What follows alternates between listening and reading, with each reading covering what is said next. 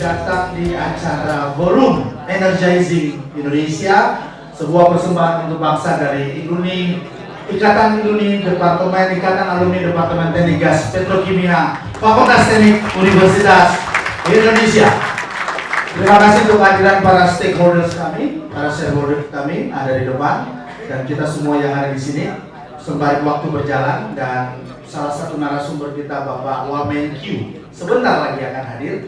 Memang terakhir beliau ada rapat dengan Menkyu, jadi agak sedikit terhambat, tapi beliau tidak lama lagi akan segera bersama-sama dengan kita. Baik,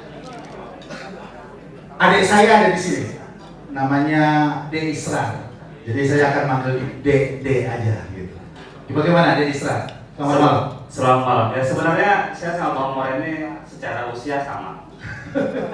Mungkin karena secara tampang ya saya terpaksa manggil beliau abang. Kita satu angkatan, beliau angkatan 87, saya 97. Ya, beda satu aja. Beda satu aja. Beda satu stroke kalau nggak apa. Silakan Bang Mor. Mungkin kita bisa lihat di slide yang di depan ya. Mudah-mudahan yang belakang bisa cepat connect. Ini adalah rundown acara kita untuk malam ini. Sedikit waktunya memang sedikit tight.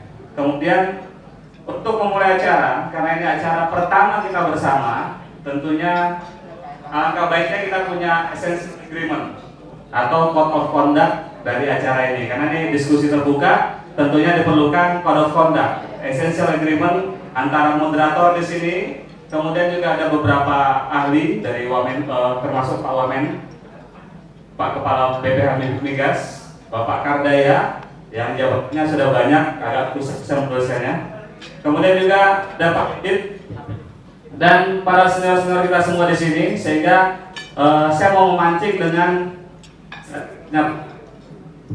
dengan code of conduct ataupun essential agreement kita. Saya pancing dengan 3 poin. Welcome kepada bapak-bapak dan ibu semua untuk mengusulkan bahwa pertama kita harus respect to others. Tidak sama dengan acara stasiun sebelah. Mungkin berantemnya ya. Kalau kita respect others, karena kita pengen mencarikan solusi sehingga kita bisa berkontribusi mulai hari ini. Yang kedua adalah kita harapkan semua yang hadir di sini, karena ini adalah acara kita, bukan acara presentasinya Pak Andi atau Pak Wamenkyu, tapi ini adalah acara kita semua. Saya harapkan semua stakeholder maupun shareholder be proaktif, sehingga acara bisa jadi makin hidup.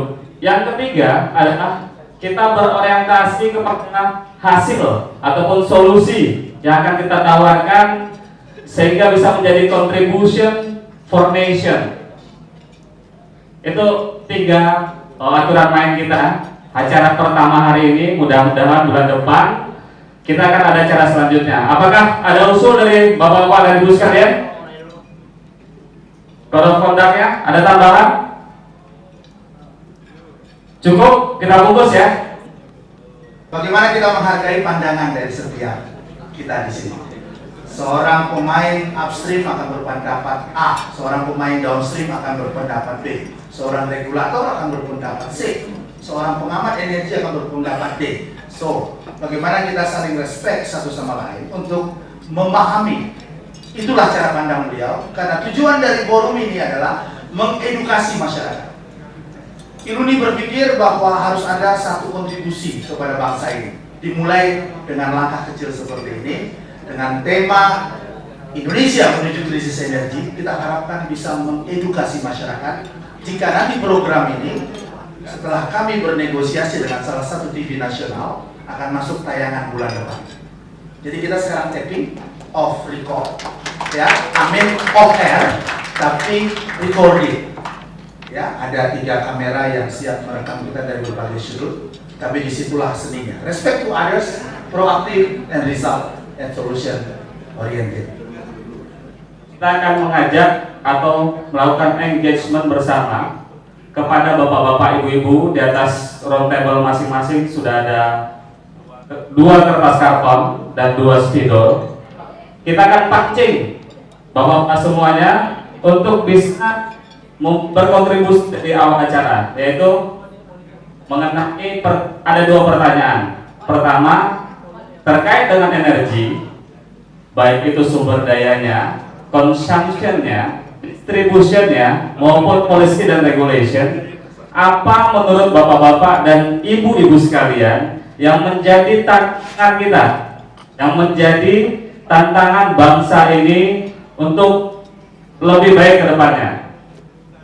Kemudian pertanyaan kedua adalah, mohon juga dituliskan expectation atau apa sih yang ingin diketahui dari forum ini. Mungkin kami kasih waktu 10 menit sebelum kita akan masuk ke acara ini. Sangat diharapkan kontribusi dari Bapak-Bapak Ibu semua. Bagaimana Bang Moren? Ya, baik. Jadi segera buka kartonnya. Ada meja yang belum dapat karton. Oke, ini kerja kelompok. Kecuali meja narasumber ya. Iya. Kecuali meja narasumber. Yang kebetulan tidak duduk bersama narasumber. Walaupun yang mahasiswa juga boleh. Ambil salah satu saja dari karton itu. Kemudian pertanyaannya sederhana. Pertanyaan sederhana. Jadi seperti sudah diterangkan tadi saya. Jadi tulis saja. Anda boleh memberikan jawaban dalam konteks energy resources, atau dalam konteks consumption, atau distribusi, atau policy dan regulation. Apa tantangan dan peluang? Anda boleh ambil 4 aspek. 1 aspek boleh, 2 aspek boleh. Atas komitmen bersama di dalam satu meja.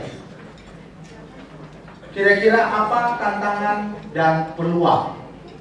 Apa saja boleh ditulis.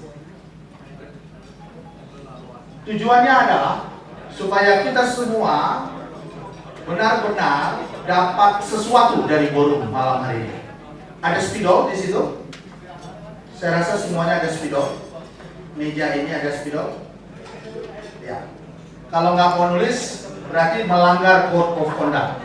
Ya, kita ada sepakat. Ketika Anda berada di tempat ini, kita semua terikat dengan code of conduct. Bang Moren, Yes. ini ada informasi menarik. Grupnya Pak Andi mau menuliskan juga. Waduh, kita harus Apresiasi Bang. mau termasuk grupnya Pak Kadaya, kalau mau mengisi juga boleh. Masih ada karton, masih banyak, tolong disiapkan. Segera dituliskan. Menurut kesepakatan Anda berlima, mungkin pendapatnya ada 5, silakan. Apa tantangan dan peluang mengenai poin-poin di depan ini? Cadangan kita, konsumsi kita, distribusi energi di negara ini, dan policy serta regulation. Apa sih challenge-nya? What's wrong with this country? Ada apa dengan negara ini? Atau apakah negara kita ini memang sangat diyakini masih kaya Akan minyak. akan minyak, gas bumi, geothermal maupun batu bara? Bisa dituliskan pendapatnya bukan challenges tapi opportunities karena resource-nya masih banyak. Silakan. Negara kita masih kaya minyak. That's one of the statement. Nanti tulisan yang ada di meja akan dikumpulkan oleh panitia, akan di wrap up sehingga bisa jadi materi-materi kita selanjutnya. Baik, masih ada 2 menit, 3 menit, tolong. Kalau Anda tidak mengikuti berarti Anda melanggar code of conduct. Setiap meja saya mohon proaktif. 1 statement, 2 statement, 3 statement sangat kami hargai. Hurufnya yang terbesar aja. Tolong fontnya yang gede ya, yang gede. 1, Indonesia kaya minyak. 2, Indonesia miskin infrastruktur misalnya. Masih ngantri di SPBU Bang Moren. Itu bisa jadi poin untuk distribution. Yes. Jadi kalau teman-teman bapak-bapak dan ibu masih melihat antrian di SPBU, mungkin bisa dituliskan. Ya. Distribusi BBM sangat tidak merata. Para stakeholders lain silakan mengisi tempat duduk yang ada.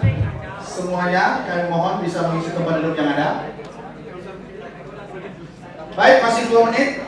Apa saja tulis. Ini bukan ujian, ini bukan tes.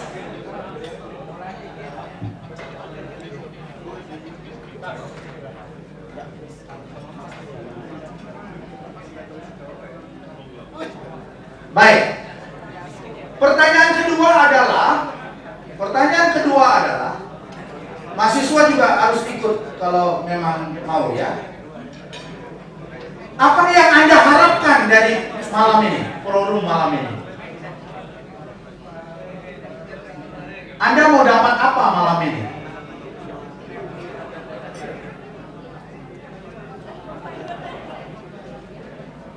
Panitia menjanjikan sebuah edit value buat semua stakeholders dan shareholders yang ada malam hari ini, sehingga kita perlu input. Kira-kira apakah yang poin-poin apa yang Anda harapkan ingin Anda dapatkan malam hari ini? Mati dulu. Ikutnya mati dulu. Setelah ini ada acara kejutan, kan ada acara hiburan. Tergantung, kalau acaranya cepat selesai, yang workshop, kita bisa langsung masuk. Ada artis yang akan datang dari biasa tampil di Kompas TV, dan Metro TV. Masih ada 1 menit, silakan. Saya tambahkan 2 menit. Oh, 2 menit. De Isra ini orangnya baik. 2 menit. Apa yang Anda harapkan dari program malam ini? Siapapun Anda, stakeholders kami yang hadir di sini, Anda datang kemari pasti dengan satu tujuan. Anda datang kemari bukan hanya karena mau jalan-jalan. Anda kemari bukan karena mau membuang waktu, tapi Anda kemari pasti ingin mendapatkan sesuatu. Karena tema malam ini Indonesia menuju krisis atau darurat energi. Apakah itu sebuah pertanyaan atau pernyataan, Bang Moren? Bisa pernyataan, bisa pertanyaan. Ini problemnya. Tergantung audiens kita, tergantung stakeholders kita. Oke, meja tengah mengatakan ini belum bicara challenges and opportunities. Meja tengah mengatakan ada yang lebih basic lagi di luar challenges and opportunities. Ada satu prinsip dasar yang salah. It's okay, silakan tulis. Kalau Anda merasa challenges and opportunities-nya belum ada, and then ada something wrong di basicnya, silakan tulis. Jangan terlalu panjang, jangan terlalu lama mikirnya, santai saja. Ini grupnya meja Pak Kepala BPH Migas. Keplus dulu, keplus. Grup ini melihat dari sisi policy dan regulation, jadi artinya memang tidak wajib keempat poin harus dibahas, tapi fokus kepada policy dan regulation. Saya coba bantu bacakan. Contohnya adalah perlu adanya atau penerapan subsidi, dalam kurung cabut subsidi. Cabut subsidi. Kemudian yang kedua, mengenai konsistensi kebijakan. Apa itu kebijakan apa saja yang perlu konsisten? Mungkin nanti Pak Andi akan juga sampaikan. Selamat datang Pak Bambang Brojonegoro. Bu Motik bisa mendampingi Pak Bambang. Ya. Kemudian yang ketiga, ini informasi Pak Bambang, kita mulai semi workshop, teman-teman di round table mengusulkan beberapa ide. Yaitu perlunya ada pengembangan energi alternatif. Itu tantangannya.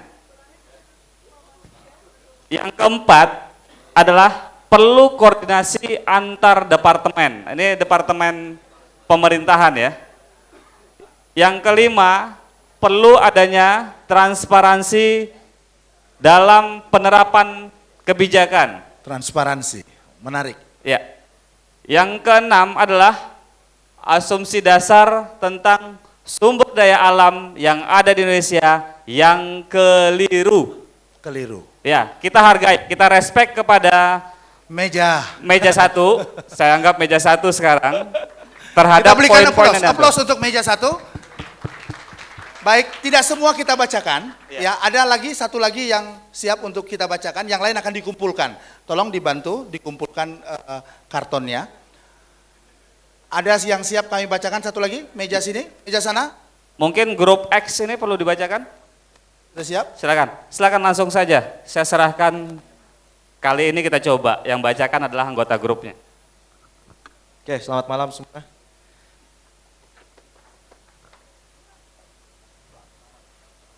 Tepuk tangan dulu dong. Meja apa ini? Meja 4, meja 5. Silakan. Ada 4 poin yang menjadi challenge. Ya, pertama adalah mengenai keadilan energi, khususnya dalam hal pemerataan distribusi, karena sekarang hanya didasarkan pada siapa yang mampu membeli, maka dialah yang mendapatkan suplainya. Oke. Kemudian poin kedua, keseriusan pemerintah menciptakan energi murah. Ya.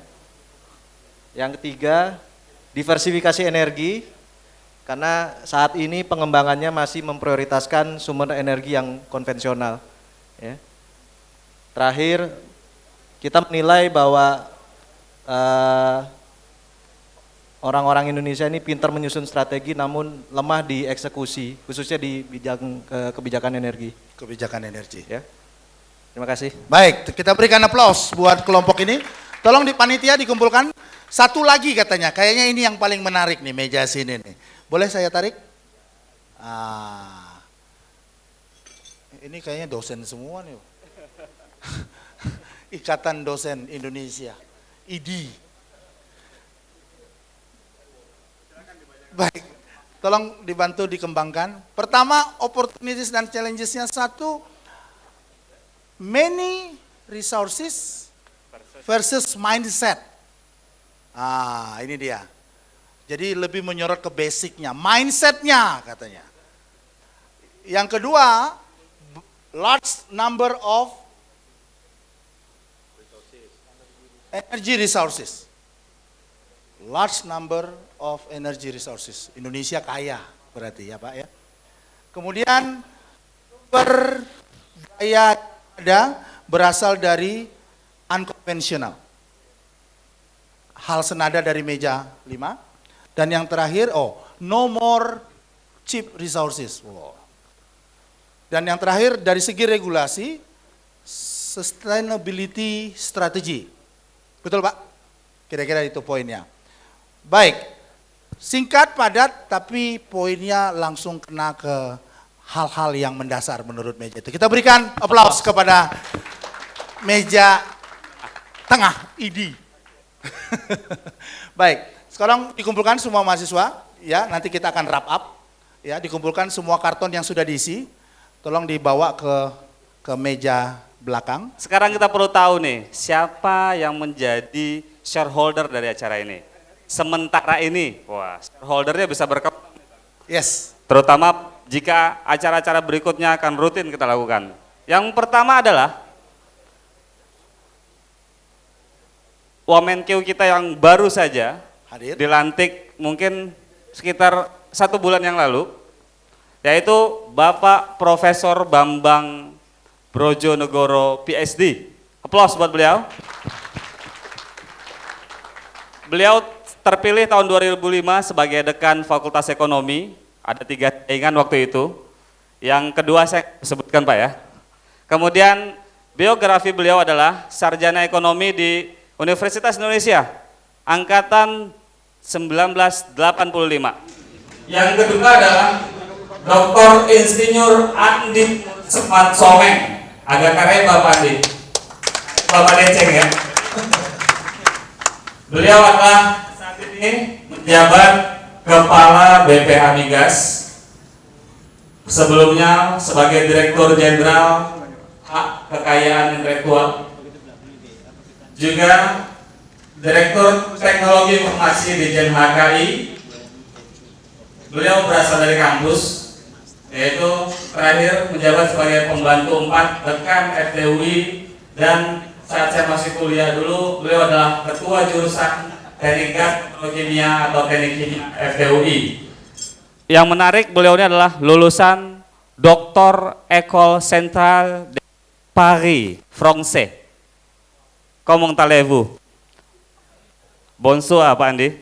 Selanjutnya, mungkin kita akan ke shareholder kita berikutnya, yaitu Bapak Dr. Insinyur Kardaya Warnika, sama-sama lulusan Perancis, dan Pak Andi Nursaman tadi kalau kata beliau adalah juniornya. Jadi Pak Kardaya dulu berangkat ke Perancis, baru Pak Andi Nursaman menyusul, begitu ceritanya. Berikutnya adalah Bapak Dr. Next slide please. Atau PhD Insinyur Didit Aratam.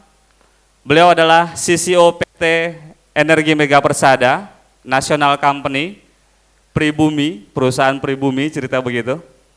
Juga lulusan Universitas Indonesia di jurusan Teknik Gas Petrokimia, yang lulus tahun 1987. Wow, ini doktornya di Boston University di Amerika. Ini salah satu cita-cita banyak para alumni Universitas Indonesia, terutama dari Fakultas Ekonomi, untuk bisa melanjutkan sekolah ke Boston. Pak Didit sudah melakukan itu dan lulus di tahun 2000. Terima kasih atas kehadiran Pak Didit dan aplaus untuk seluruh stakeholder kita. Baik, stakeholders dan para shareholders kami minta berdiri. Mari kita berdiri. Kita akan menyanyikan lagu Indonesia Raya di Hari Sumpah Pemuda 85 tahun yang lalu.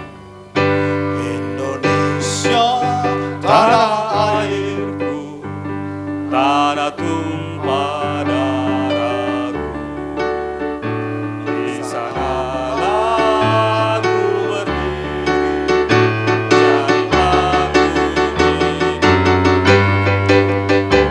Indonesia kebangsaanku, bangsa dan tanah airku, marilah kita bersatu, Indonesia bersatu.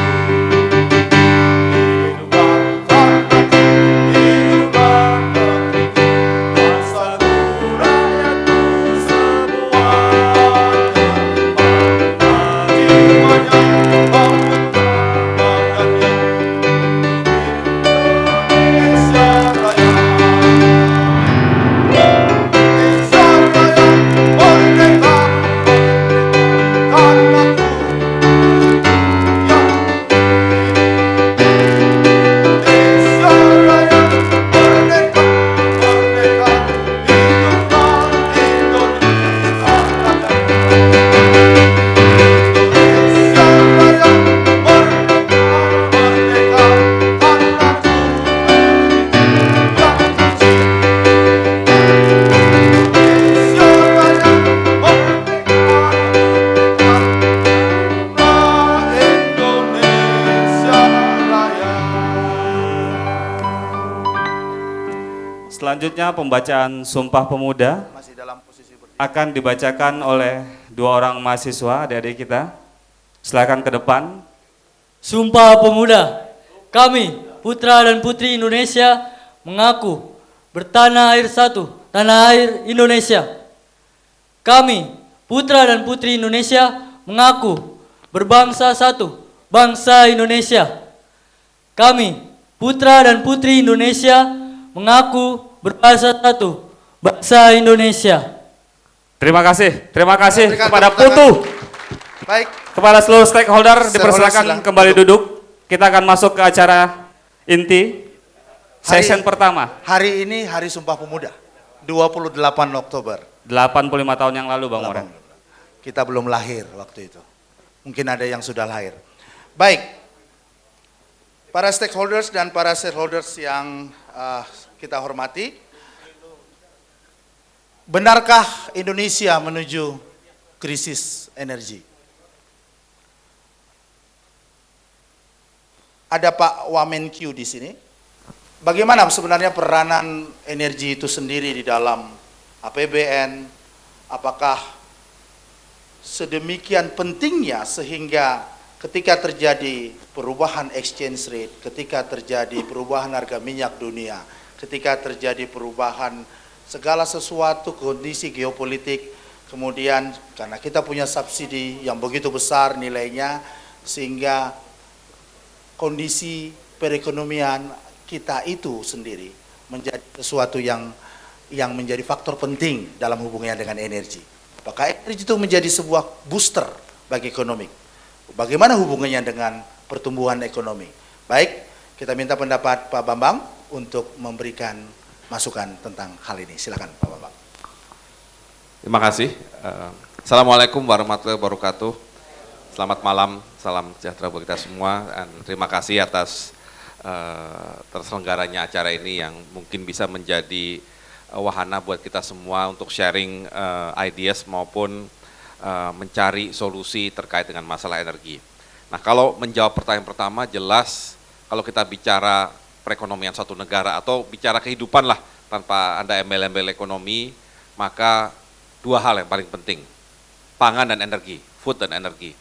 Dan kita sudah melihat akhir-akhir ini, kita tidak hanya bicara Indonesia, tapi secara global dengan pertumbuhan penduduk yang terus tinggi ya di berbagai belahan dunia, kemudian juga perekonomian yang tetap tumbuh ya secara global, maka kita melihat mulai muncul isu mengenai scarcity atau kelangkaan tidak hanya food, tapi juga yang lebih terasa sekarang adalah kelangkaan energi.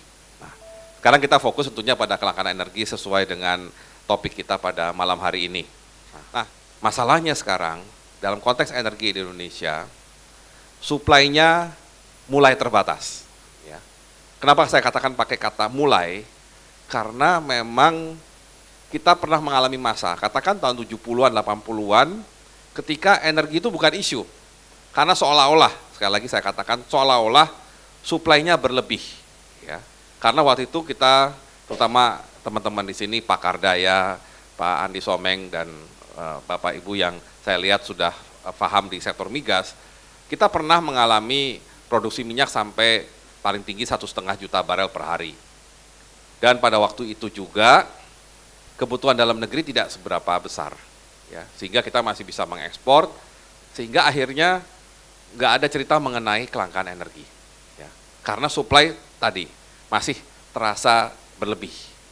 Nah, sebenarnya isu keterbatasan supply ini kembali lagi muncul ketika produksi minyak mulai turun. Dan tandanya adalah ketika kita tidak lagi menjadi anggota OPEC.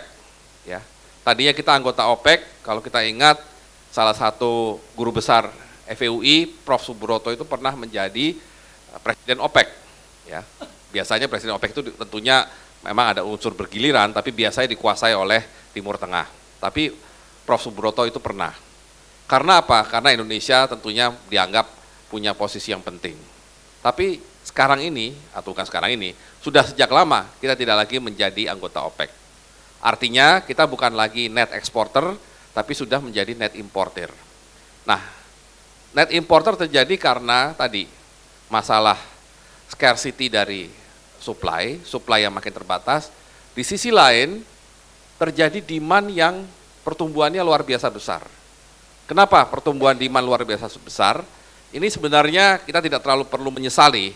Kenapa? Karena demand yang tinggi terjadi karena pertumbuhan ekonomi yang tinggi. Jadi ini sebenarnya adalah kita selalu menyebut dampak dari kesuksesan. Ya, kalau kita mau ngomong agak hebat sedikit, ini adalah dampak dari kesuksesan. Karena ekonomi tumbuh kencang, makanya kebutuhan energi meningkat makin tajam. Nah, namun karena kita tidak mengimbanginya dengan supply tadi, maka mulailah terjadi kelangkaan. Dan yang lebih parah ketika kita menjadi net importer dari minyak, isunya makin menjadi terasa. Ya. Nah, kenapa dari tadi saya katakan minyak? Ini adalah another issue sebenarnya. Kita bicara energi, mohon maaf, seolah-olah terjebak pada satu jenis energi, yaitu minyak. Karena memang pada masa 70-an, 80-an, ketika Indonesia itu berhasil memproduksi minyak cukup besar, energi kita praktis semuanya didrive oleh minyak. Apalagi waktu itu harga minyak masih murah, harga minyak dunia maksudnya. Sehingga wajar saja kalau harga minyak murah, pasti kita akan menggunakan sumber energi yang paling murah. Dan itulah yang terjadi selama ini. Dan yang kita lupa, minyak itu, ya kita bukan lupa, kita sebenarnya tahu bahwa minyak itu non-renewable, tidak bisa diperbarui. Suatu saat produksinya habis.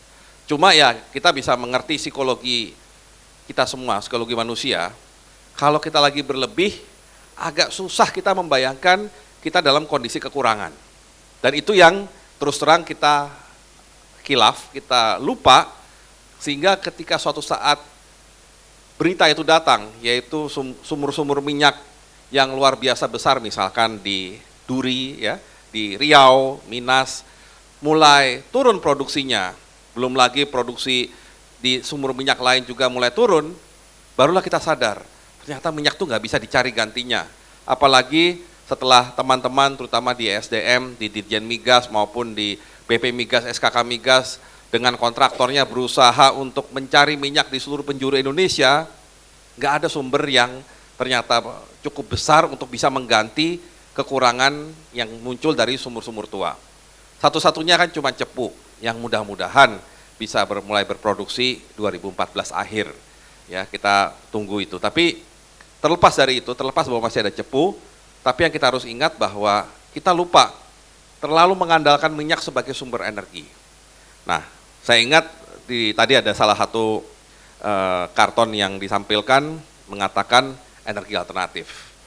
Nah, karena kita sudah tergantung pada minyak dan kita terbiasa dengan harga murah, dan itu mulainya ya kalau saya bilang kesalahannya, kemarin kita baru menyepakati RAPBN 2014, APBN 2014 maksud kami. Ya. Di dalam APBN 2014, meskipun kita sudah menghitung bahwa harga BBM tentunya sudah naik ya per Juni kemarin, tapi besaran subsidi BBM, apalagi kalau tambah listrik, itu masih lebih dari 300 triliun. Padahal belanja kita itu, total belanja, anggaran, itu cuma kira-kira 1.600-an triliun. Berarti 20% kan?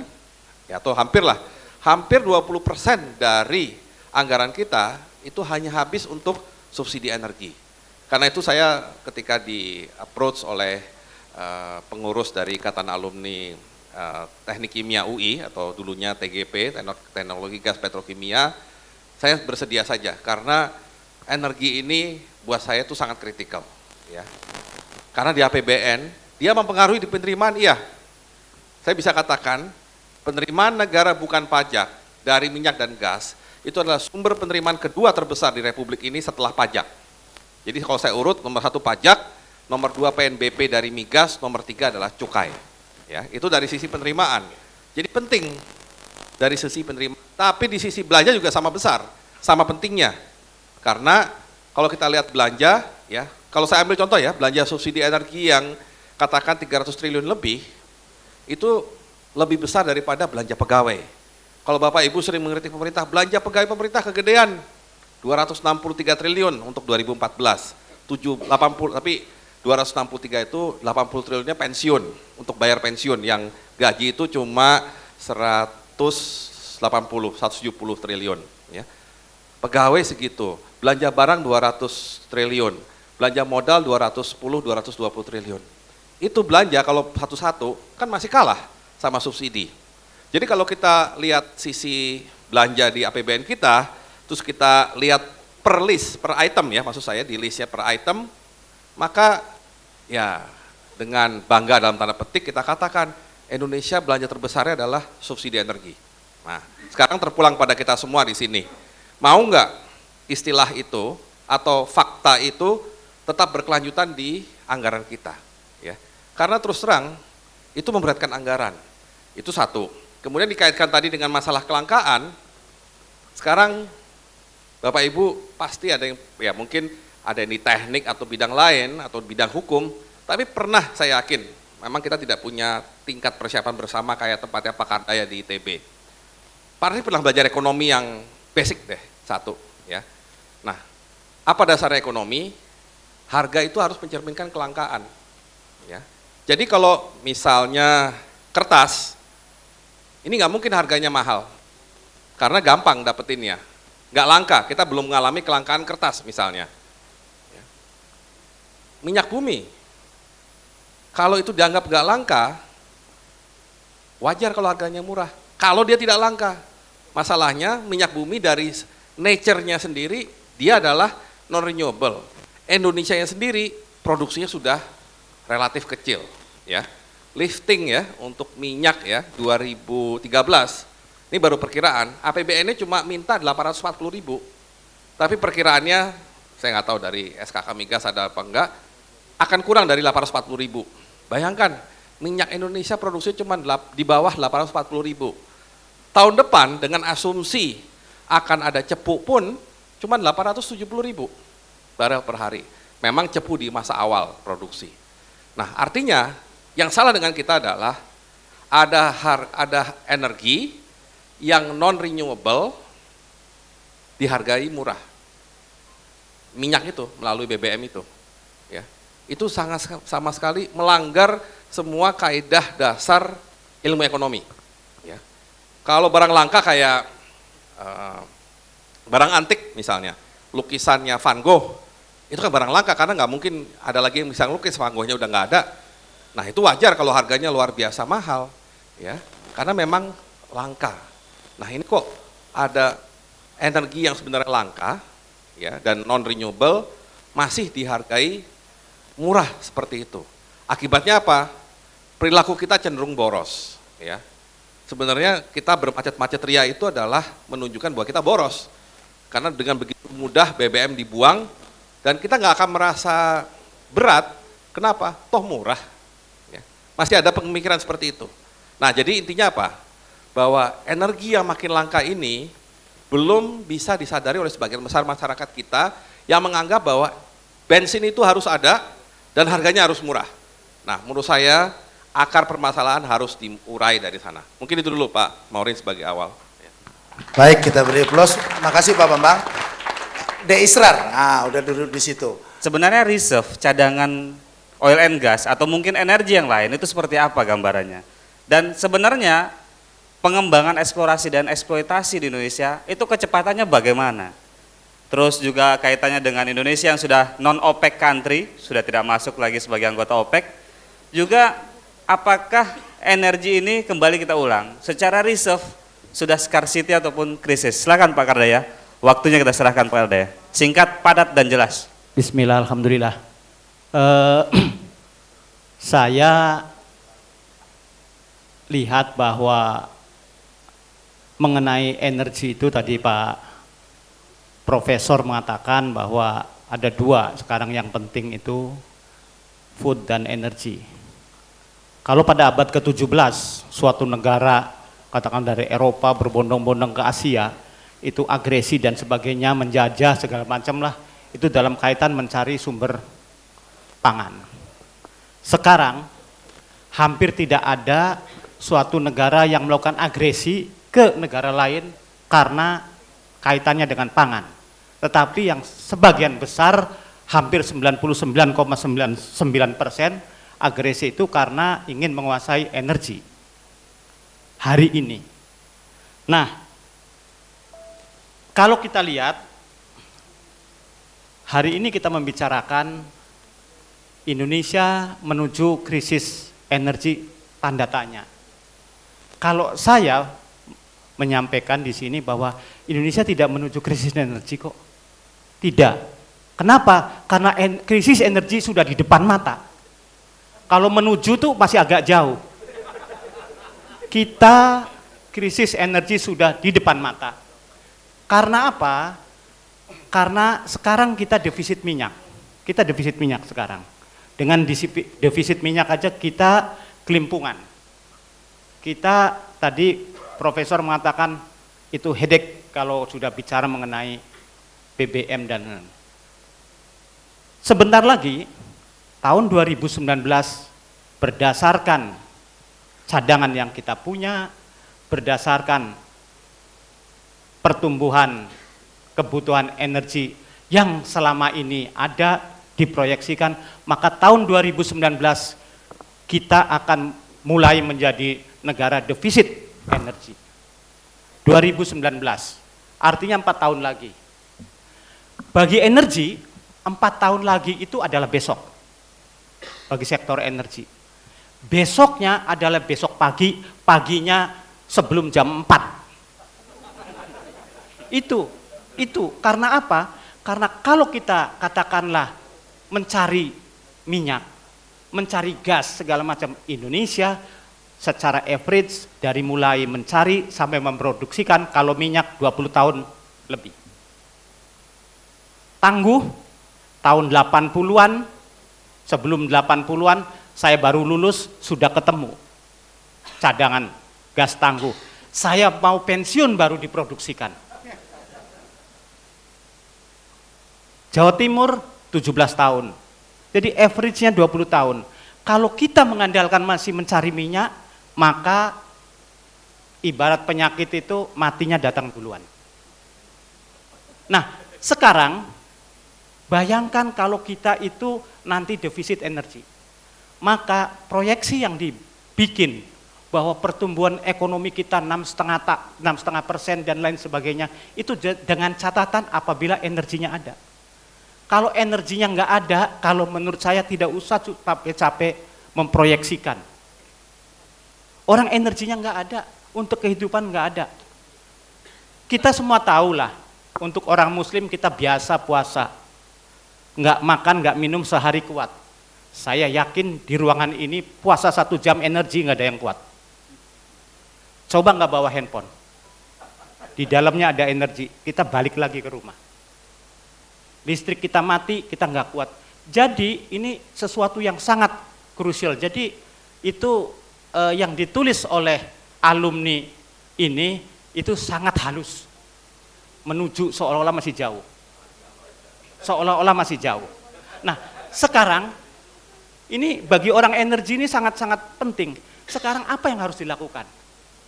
Bagi kita, orang energi, kalau sudah begini harus ada 2 hal yang harus selalu dilakukan. Pertama, melakukan terobosan. Kedua, fokus. Tanpa terobosan, kita nggak akan selamat. Kalau tidak fokus, kita tidak sampai kepada tujuan. Untuk terobosan dan fokus, maka kita harus tahu persis apa yang sedang terjadi.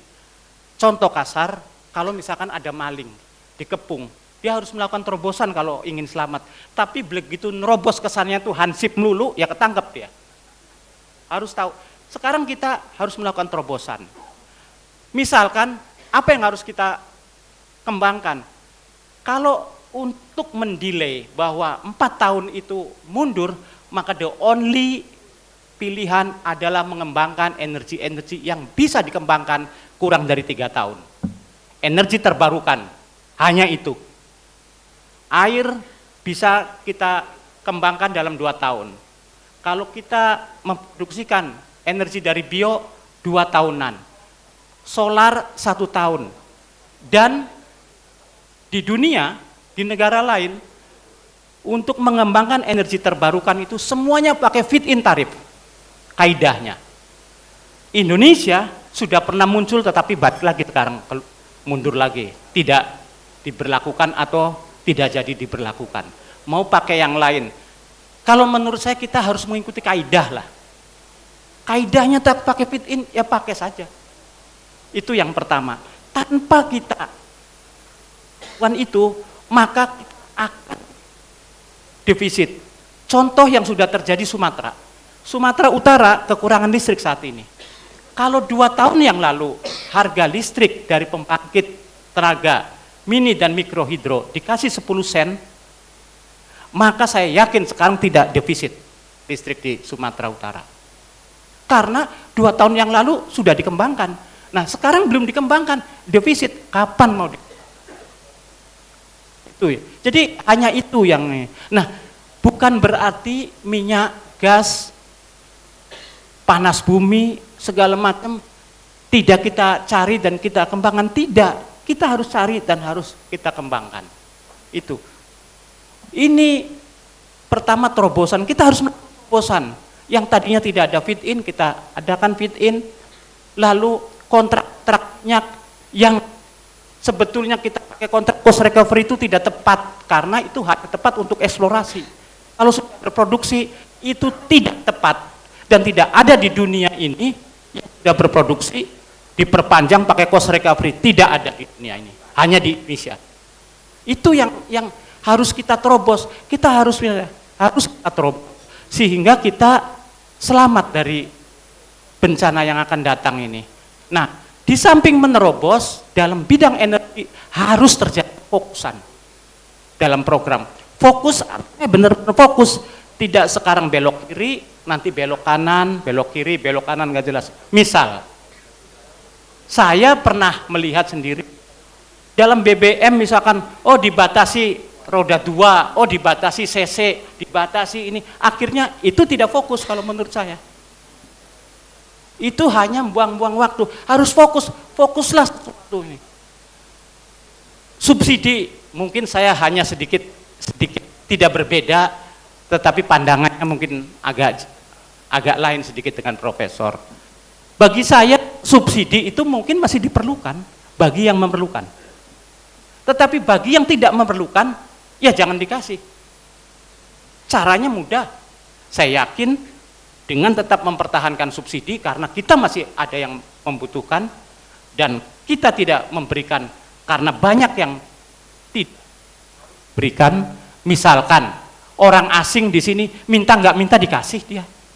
Itu kan kita terlalu generous, terlalu ini. Lalu orang kaya juga tidak minta pun dikasih.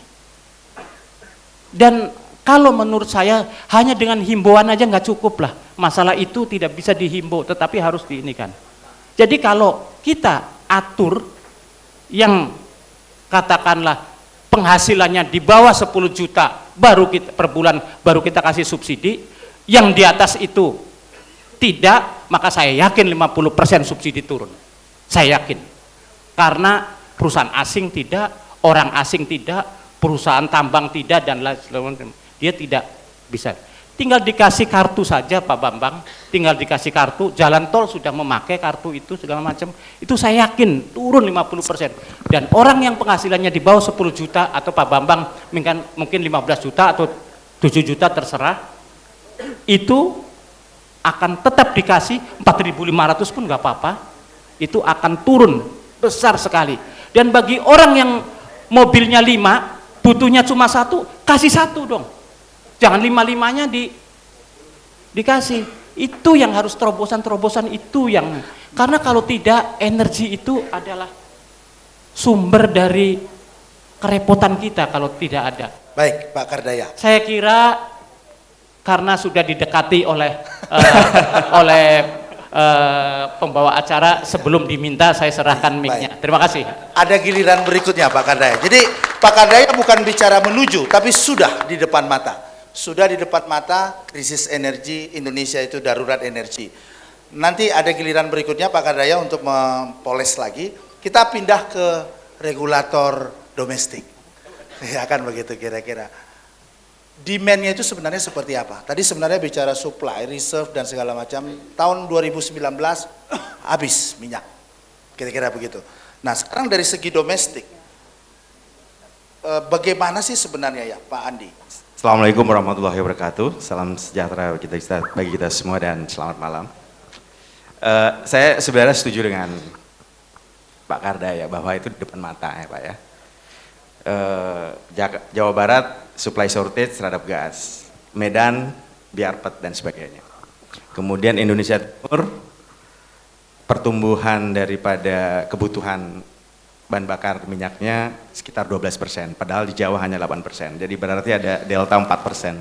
Nah 4% itu tidak bisa dipenuhi.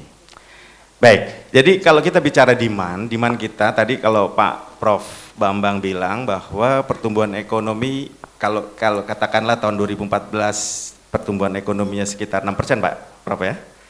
Berarti ada peningkatan pertumbuhan akan kebutuhan energi sebesar 9%. Itu rule of thumb-nya. Rule of thumb itu yang selalu saya jawab di parlemen, bahwa kebutuhan energi 1,5 kali daripada pertumbuhan ekonomi. Jadi kurang lebih 9%. Artinya kalau sekarang 48 juta kiloliter itu yang subsidized, yang subsidi. Padahal Anda tahu nggak bahwa demand kita itu sekarang secara nasional itu adalah sebesar di atas 80 juta kiloliter. Yang jadi permasalahan adalah bahwa PDB kita itu digerakkan bukan oleh, mungkin Prof Bambang yang bisa dikoreksi, PDB kita itu bukan digerakkan oleh, kan tadi 80 juta lebih, kemudian subsidi 48 juta. Nah yang menggerakkan PDB kita itu ternyata yang 48 juta kiloliter itu. Sedangkan yang sisanya itu flat terus kalau dari hasil kajian dari BPH Migas.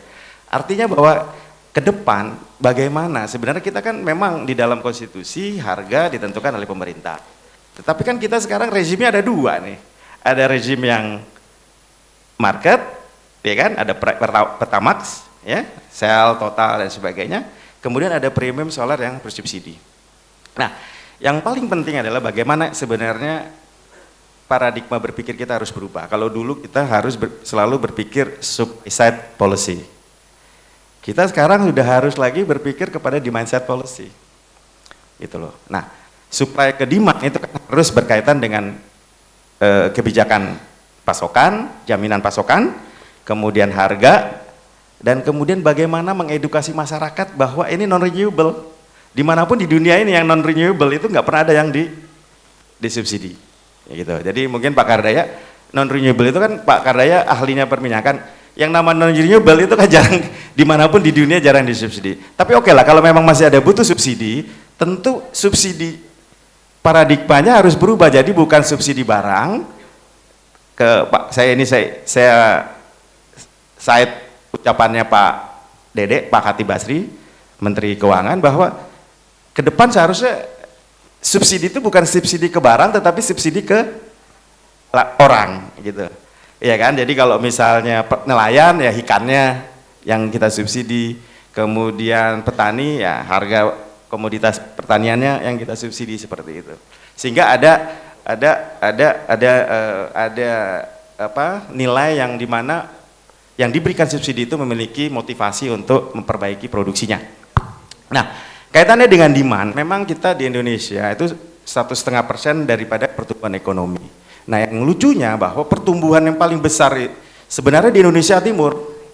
Jadi pertumbuhan 9-12%, 8-12%, 12% itu rata-rata di Indonesia Timur. Tapi bagaimana dengan supply kepada daerah Indonesia Timur itu sangat kurang sekali. Nah, artinya apa? Artinya skema daripada bagaimana kita mengelola demand ini harus lebih baik lagi. Jadi paradigma tadi dari tadi kita selalu berpikir lifting, tetapi kita harus pikir bagaimana mengelola demand. Nah, demand kita sekarang kan tadi konsumsi kita per hari itu udah 1,4 juta barrel per hari. Produksi katakanlah 840.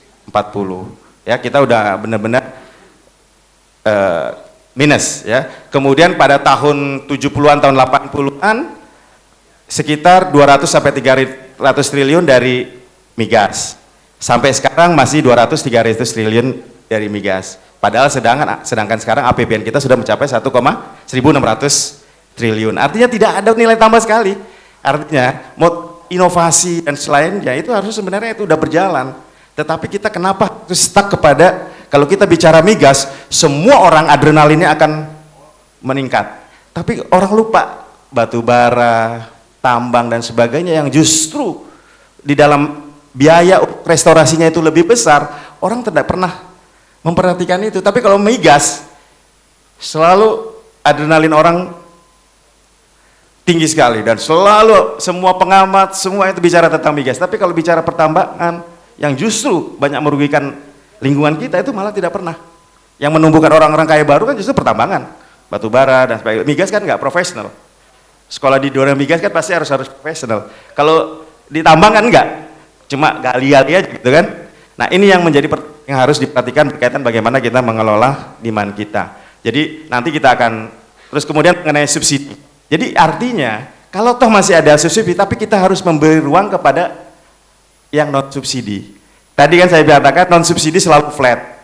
Tetapi non subsidi itu selalu meningkat terus. Jadi PDB kita itu digerakkan oleh BBM bersubsidi. Saya kira itu untuk sementara. Terima kasih. Baik, terima kasih banyak Pak Andi. Ada beberapa keyword yang muncul, yaitu pertama terobosan atau breakthrough.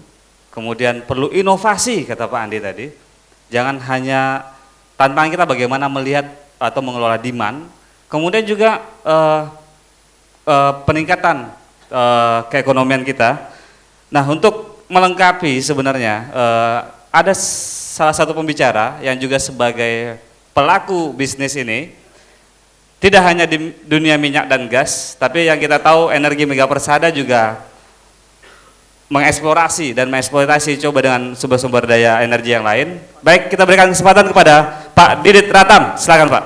Mungkin untuk informasi aja, kita mengelola 11 aset dalam portfolio kita. Produksi harian kita kira-kira 54.000 barrel ekuivalen per hari. Dan aset kita ada dari mulai di Sumatera, di Jawa, di Kalimantan, ada di berbagai tempat. Jadi mungkin saya akan memberikan pandangan dari sudut pelaku bisnis. Jadi kalau apa yang dikatakan oleh Pak Kardaya tadi, saya rasa saya ingin validasi Pak. Jadi memang kami juga kalau dilihat dari apakah krisis energi menurut pandangan kami memang kembali kepada supply and demand. Demand control itu perkembangan demand harus bisa dijaga. Sedikit faktoid aja nih Pak, tahun 2018 menurut Woodmac kita Indonesia akan menjadi importir gasolin paling besar di dunia, mengalahkan Amerika Serikat. Nah jadi itu akan mungkin juga merubah arah trade. Kalau kita lihat pembangunan refineries sekarang bukan saja memang sekarang itu masih banyak di Singapura, tetapi kalau kita lihat bahwa negara-negara seperti Vietnam, Kamboja sedang rajin-rajinnya membangun refineries. Jadi itu juga merupakan aba-aba bahwa pertanda bahwa Indonesia ini dipandang menjadi salah satu market besar karena Indonesia di tahun 2018 akan menjadi importir gasolin atau BBM paling besar di dunia. Nah, kalau kembali kepada upstream oil and gas, apa yang disampaikan Pak Kardaya itu benar Pak. Jadi buat upstream oil and gas, cycle dari mulainya first discovery sampai monetization itu 7 tahun. Jadi kita lihat bahwa lama sekali dari kita pertama kali menemukan sampai kita bisa memonetize. Jadi apa sih yang mempengaruhi hal itu dan apa yang mungkin bisa dilakukan? Seperti kata Pak Kardaya, mungkin kita harus ada terobosan-terobosan. Pertama-tama kita lihat bahwa mungkin ada beberapa hal yang membuat pemain besar itu takut ke Indonesia. Satu adalah mengenai contract sanctity. Contract sanctity di Indonesia itu agak kurang diperhatikan. Timbul aturan-aturan baru yang seyogianya yang dulunya tidak disepakati. Misalnya PMK 79. PMK 79 itu merupakan pelanggaran atas contract sanctity dari PSC lama. Lalu kita juga lihat bahwa hal yang lain yang mungkin membuat Indonesia kurang menarik adalah masalah profit split.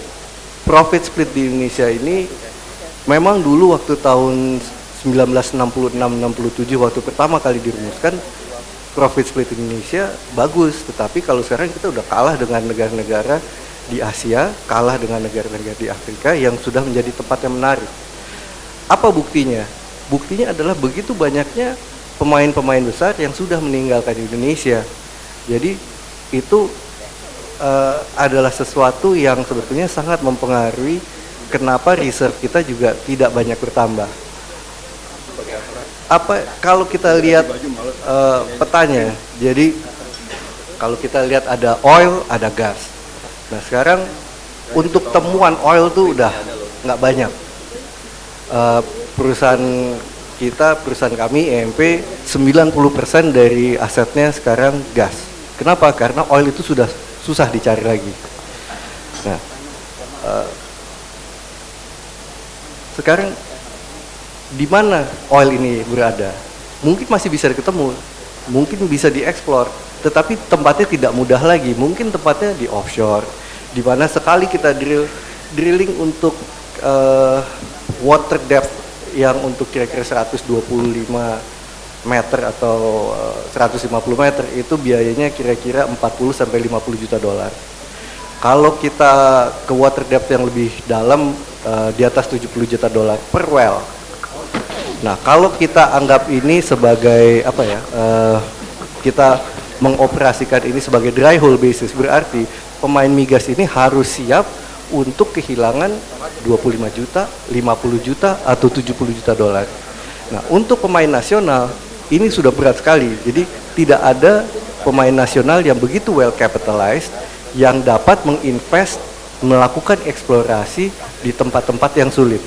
Sehingga untuk eksplorasi di tempat-tempat yang sulit, mau tidak mau kita bergantung pada kemampuan pemain-pemain asing. Nah, pemain-pemain asing ini gimana bisa betah kalau kontrak sanctity tidak dihormati dan profit splitnya tidak baik. Nah, mungkin ini yang saya lihat. Kalau kita lihat apakah masalah ada nggak masalah misalnya mengenai economics, mengenai keekonomian sebuah lapangan. Ada yang namanya ekonomik, ada yang ekonomik, ada yang katanya stranded gas. Tetapi sebetulnya masalah stranded gas itu relevansinya sudah makin berkurang. Kenapa? Karena pertama-tama rezim harganya sudah jauh lebih tinggi. Di rezim harga dengan harga minyak $100, kita bisa mengoperasikan lapangan minyak yang remote. Even dia 400 km, 500 km jaraknya dari tempat penampungan, itu masih bisa ekonomis. Kalau dengan harga gas yang berlaku sekarang, PLN beli mungkin sekitar $6-7 per MMBTU. Kalau Pak Andi mungkin jauh lebih tahu masalah yang dibeli oleh PGN atau dibeli oleh industri itu cukup tinggi. Nah, itu masih bisa ekonomis even untuk stranded gas. Jadi teknologinya ada. Even untuk kita, misalnya kita punya volume 2 mm, itu masih kita bisa convert jadi CNG, kita bisa tracking. Untuk peaker plant misalnya. Mini LNG mulai masuk yang kecil-kecil juga. Nah, sebetulnya relevansi dari stranded gas, unless benar-benar stranded dan jauhnya luar biasa, itu baru tidak bisa terpakai. Tetapi that's not the problem. Problemnya adalah bahwa temuan besar ini tidak bisa atau sulit didapat lagi karena memang iklim investasinya untuk melakukan eksplorasi itu tidak menunjang. Krisis energi, lagi-lagi ya saya bilang bahwa krisis energi is a function of supply and demand. Kalau demandnya jualan terus, ya mau nggak mau, karena kita nggak bisa ngejar untuk mengejar tambahan produksi 30.000 barrel oil itu sesuatu yang sangat sulit. Jadi boro-boro kalau kita harus mengejar tambahan demand yang besar sekali. Kalau tadi masalahnya renewable energy, data statistik dari BP Statistical Review 2013 masih menunjukkan bahwa yang namanya renewable energy itu kontribusinya hanya 6% terhadap energy mix. Itu di tahun 2020. Jadi sekarang itu masih kecil. Jadi ya itu menolong, tetapi sulit untuk menjadi solusi. Baik. Jadi kalau iklim investasinya masih seperti ini, pada dasarnya beliau sebagai pemain, sebagai pelaku bisnis oil and gas setuju.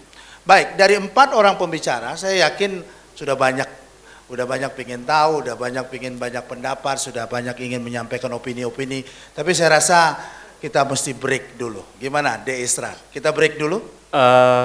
Kalau di acara sebelah itu ada Sujiwo Tejo. Sujiwo Tejo. Iya. Emang ada di sini Sujiwo Tejo? Kalau kita panggil Heri Hore. Heri Hore. Salah satu shareholder kita untuk acara-acara berikutnya yaitu komik kita stand up comedy. Silakan panggung untuk Heri Hore. Heri Hore. Ya jadi jujur saya tuh pertama kali tampil di depan, mungkin tadi disebut saya para ahli, mungkin ada ahli minyak, mungkin ada ahli ekonomi, mungkin ada ahli gigi atau ahli kunci atau juga ahli kubur. Nggak ada. Alhamdulillah ya. Apa ya, kalau ngomongin krisis energi itu kemarin presiden kita pernah, saya sempat baca Twitter tuh kemarin, presiden bilang kita harus hemat energi. Tapi kenyataannya waktu presiden dibilang, Pak Presiden kenal sama Bunda Dorce, bukan? Siapa? Bunda Putri. Presiden sempat marah ya. Kan dibuang-buang energi padahal ya. harusnya nggak usah marah gitu kalau memang mau ini. Atau gini, misalkan ditanya sama stafnya, Pak Presiden, Bapak pernah benar kenal Bunda Putri? Iya kenal, kebetulan dia backing vokal saya di album keempat, makanya nggak laku albumnya. Benar? Emang laku, Pak? Ada yang tahu lagunya, Pak? Ya itu buktinya gitu ya. Semoga nggak ditayangin ya. Ngomongin energi ya. Ngomongin energi tuh, saya taunya tuh energi apa ya? Kalau kita bilang kenapa ya energi kita tuh lama-lama semakin menipis gitu. Mungkin karena benar tadi ada yang bilang tuh perilaku kita tuh sebagai bangsa itu terlalu konsumtif gitu ya. Di sini apa aja dijual pasti laku. Serius ya? Pasti laku, apa aja laku pasti. Itu makanya yang bikin lama-lama menipis. Bener tadi ada yang bilang apa gara-gara macet itu bener banget macet. Tahu nggak penyebab macet itu apa? Karena setahu saya nih ya, penyebab macet itu gara-gara banyak pertigaan, Pak. Serius? Dikit-dikit pertigaan. Dikit-dikit pertigaan, macet lama-lama. Di sini pernah ada yang ngalamin cinta segitiga? Jangan berharap lancar ya. Pasti macet itu, serius. Iya. Iya. Curhat ya. Kebetulan juga saya pencurhat juga nih, Pak. Sebelum masuk ke tema nih ya. Jadi ini mungkin ada 2 sesi, mungkin temanya nanti di sesi kedua ya. Tugas saya di sini, saya yakin banget ya, namanya diskusi pasti ngantuk, Pak. Saya pernah ngalamin gitu. Pasti ngantuk. Tugas saya di sini mungkin dibilang menghibur ya. Jadi tolong bantu saya. Tolong, Pak. Semalam panitia bilang mengundang Mas Heri mau acara ke apa? Mau datang ke acara kita nggak? Acara apa, Pak? Diskusi. Temanya apa? Pertahanan energi. Waduh, apa ya? Awalnya sih mau nolak, Pak. Cuman inget kosan belum dibayar. Ya itulah pokoknya. Daripada ya karena gue nggak enak banget, Pak. Kalau kosan belum dibayar tuh nggak enak bener ya. Paling enak tuh ibu kosnya. Ada aja alasannya. Pura-pura nganterin piring lah. Pura-pura ini padahal ujungnya apa? Kosan kapan bayar ini? Itu pasti ya. Dan ada pesan juga dari bos saya. Iya. Kebetulan banget, Pak, saya ini seorang karyawan, Pak. Karyawan di Takaful. Ada yang tahu Takaful? Oke, nggak ada. Itu makanya yang saya bikin malu, Pak. Yang saya malu. Nggak ada yang tahu tempat kerja saya, Pak. Iya, paling malu kalau lagi ngumpul sama teman-teman saya, lagi reunian. Biasanya kalau reunian kan, ini ya, bangga-bangga tempat kerja. Saya pernah nanya, lu jadi mana? Di Bank BCA. Wah, lu keren banget lu. Lu di mana? Di Metro TV. Wah, keren banget lu. Lu di mana, Her? Takaful. Takaful di mana ya? Itu nggak ada yang kenal itu ya. Padahal ya itu Pak, Takaful itu adalah perusahaan asuransi pertama berbasis syariah di Indonesia loh, Pak. Ini pesan bos saya, Pak. Iya. Promosi. Nggak takutnya gini ya. Itu namanya saking syariahnya ya, takutnya gini ya. Itu nanti jadi bahan pertanyaan di akhirat nanti loh. Misalkan saya meninggal ya, masuk ke akhirat ya, ditanya sama malaikat, siapa Tuhan kamu? Allah. Siapa nabi kamu? Muhammad. Apa asuransi pertama berbahasa Indonesia? Apa ya? Nggak tahu, neraka kamu. Mungkin, ataupun dia tahu. Siapa Tuhan kamu? Allah. Nabi kamu? Muhammad. Apa perusahaan asuransi pertama berbahasa Indonesia? Takaful. Takaful di mana ya? Oke, selamat malam, Zahiri. Sekarang saya langsung mengajak kita untuk mendengarkan penjelasan Pak Kardaya. Implikasi dan mitigasinya. Jadi ini yang sebagai Bapak pernah memegang BP Migas yang mengkoordinir para K3S, Bapak sekarang pengamat energi, pernah di ESDM dan sebagainya. Tentu Bapak banyak sekali punya masukan tentang faktor ini. Jadi bagaimana terobosan dan fokus yang Bapak maksud tadi untuk bisa memitigasi dalam langkah konkretnya kondisi krisis energi ini. Ya, kalau kita sadar bahwa kata kuncinya itu sadar, kalau nggak sadar ya nggak usah ada apa-apa. Kalau kita sadar bahwa kita ini di depan mata sudah akan krisis, maka kita harus melakukan upaya. Ada dua hal yang bisa menyelamatkan, mengundurkan masa menjadi defisit ini. Ada dari sisi tadi Profesor Andi mengatakan dari sisi supply, dari sisi segala macam, saya coba meniru beliau. Ada dua sisi, dari sisi supply dan dari sisi demand. Sebetulnya yang paling membantu biayanya murah dan cepat itu dari sisi demand. Demand ini bisa sebetulnya kita kurangi. Bisa kita kurangi karena apa? Karena kita itu memakai energi paling boros di antara negara-negara di sekitar kita, mungkin termasuk yang paling boros di dunia. Ukurannya ada, yaitu yang disebut intensitas energi. Intensitas energi adalah berapa energi yang dibutuhkan untuk mengenerate $1 atau Rp1 daripada produk kita, artinya produk katakanlah produk ekonomi kita. Kita termasuk yang paling boros. Kalau misalkan karena ini dari para alumni biasanya itu senang dengan angka-angka, kita bisa lihat di statistik. Di statistik World Bank atau di statistik mana itu sangat detail.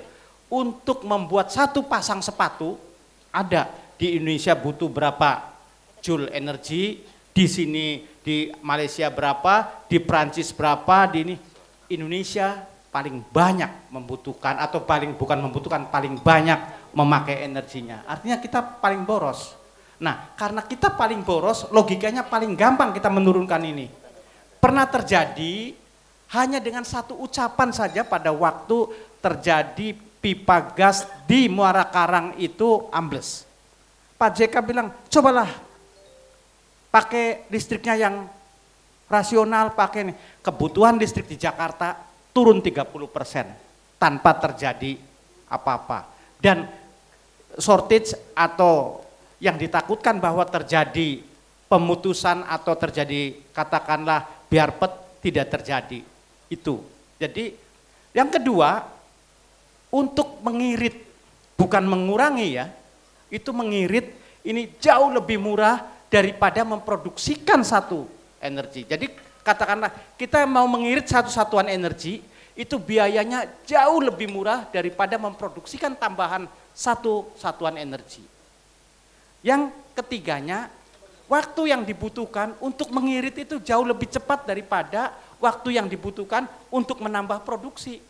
Kita kalau mau mengirit, katakanlah ini tinggal merem aja satu ini kejap udah bisa gitu. Tapi kalau menambahkan kita harus invest, harus segala macam.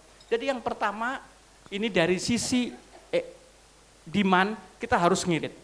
Lalu dari sisi supply, nah ini kita harus tahu mana yang harus kita genjot, mana yang harus kita ini. Misalkan seperti saya katakan, kalau untuk berproduksi yang paling cepat ya hanya energi terbarukan. Nah, energi terbarukan digenjot. Kenapa harus digenjot? Karena supaya tidak terjadi defisit. Kenapa supaya tidak terjadi defisit? Karena supaya kita tidak sengsara. Jadi energi terbarukan kita genjot, lalu bagaimana caranya? Ya kita kasih seperti dua negara-negara lain, Malaysia sudah mulai, Thailand mulai, Filipina mulai, Eropa sudah duluan. Itu kita kasih insentif. Harga yang diberi oleh pemerintah tidak ada negosiasi tender tentukan oleh pemerintah sekian. Itu bisa masuk dan itu cepat gitu. Nah, yang berikutnya baru kita berpikir minyak. Saya dulu orang minyak. Kata ibu ini mungkin pakai bahasa yang agak I used to be engineer. Ya, used to be lah dulu, kalau sekarang. Jadi begini,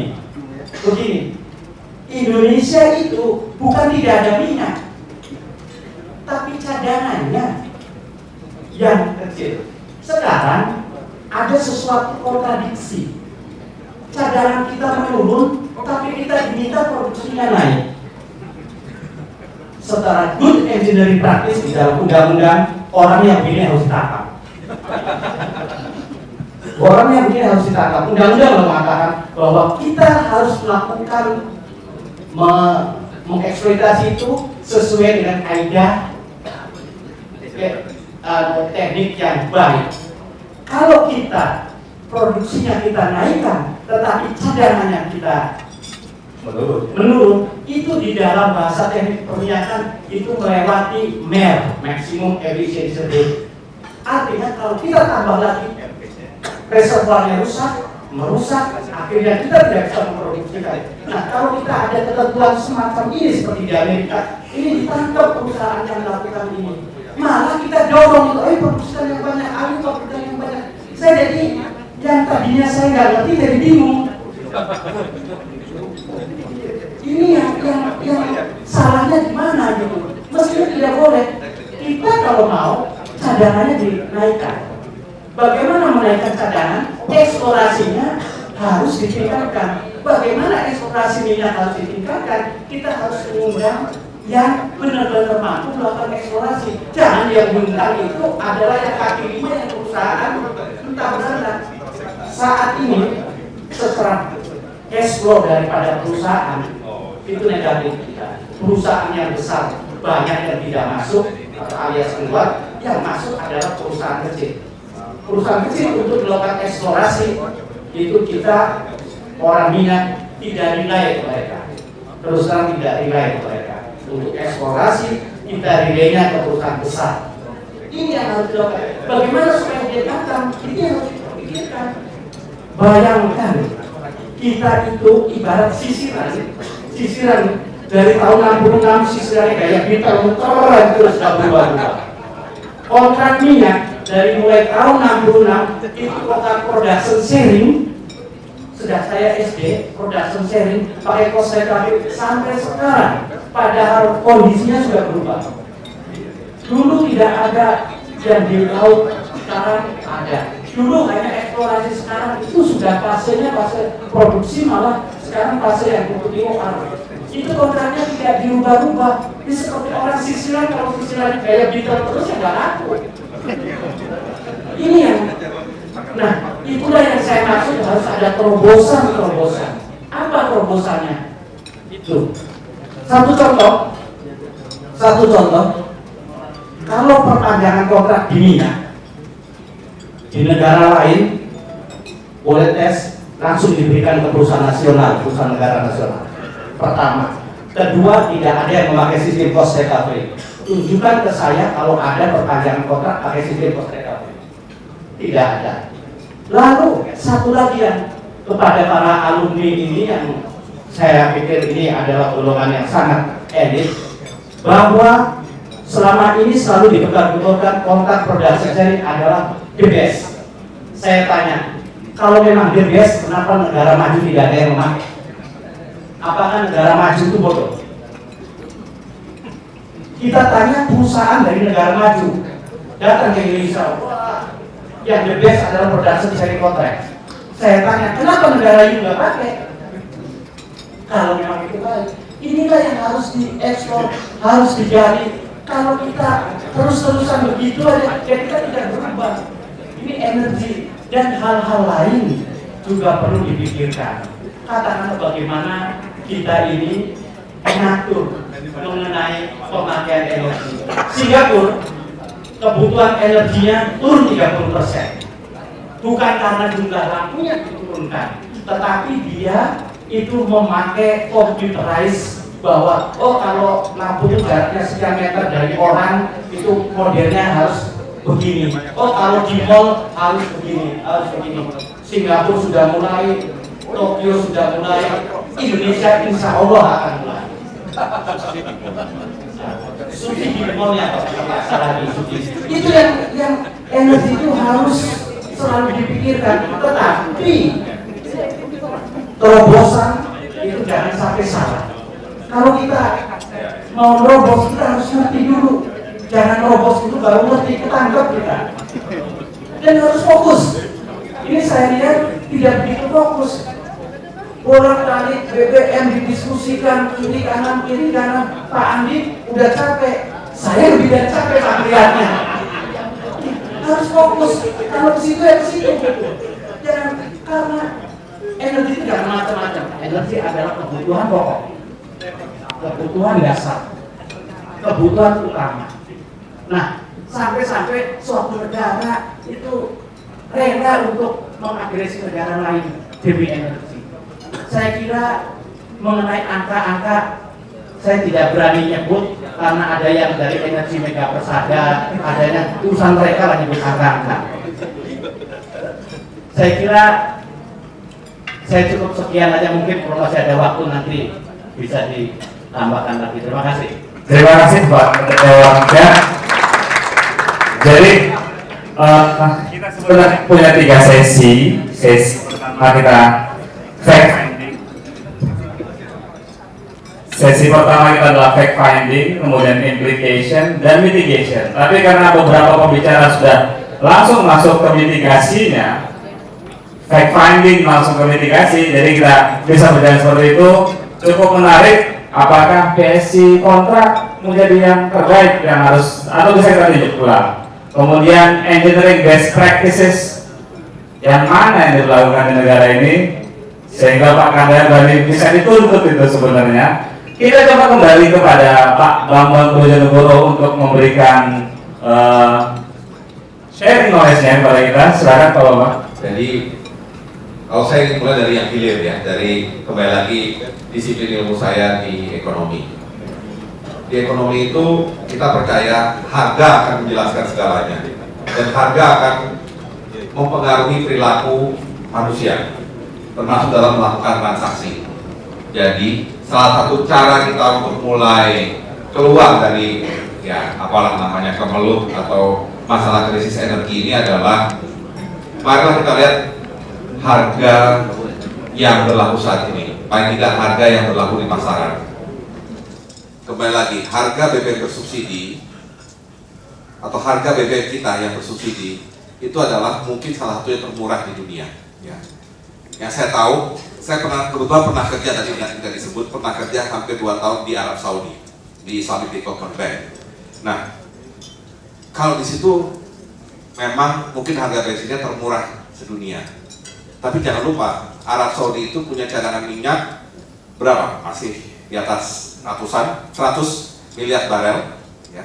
Indonesia kalau tidak salah Pak Kadaya, saya dapat informasi dari SDM, cuma tinggal 4 miliar barel. Kalau 4 miliar barel, harga BBM-nya cuma sedikit di atas Arab Saudi, itu pasti ada konsep yang salah. Kembali lagi, saya masih percaya harga harus mencerminkan kelangkaan. Jadi selama kita membina kebiasaan harga murah untuk energi yang sebenarnya langka, non-renewable, akan selamanya kita akan terjerumus dalam yang namanya krisis energi. Itu baru harga BBM. Jangan lupa masih ada harga listrik. Tadi kebetulan saya waktu sama Pak Kardaya, waktu saya kepala BKE, Pak Kardaya masih dirjen BTKE, kita sering berdebat mengenai feed-in tarif. By konsep saya 100% agree dengan konsep feed-in tarif.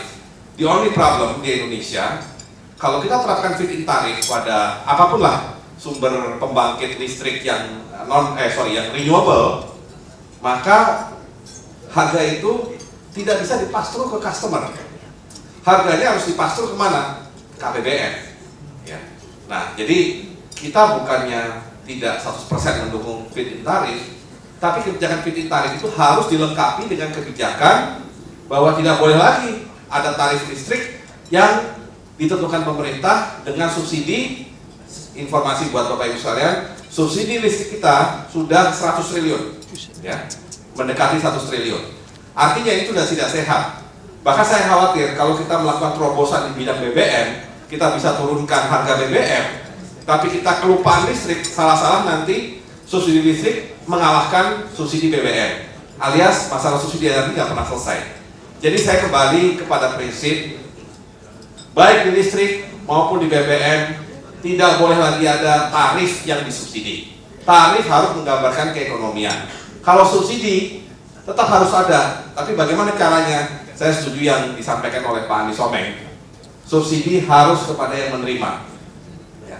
Jadi Bapak Ibu kalau ditanya ke ekonom, terutama yang mendalami ekonomi pembangunan, jenis subsidi apa yang paling bagus diterapkan di seluruh dunia? Gak usah ngomong Indonesia.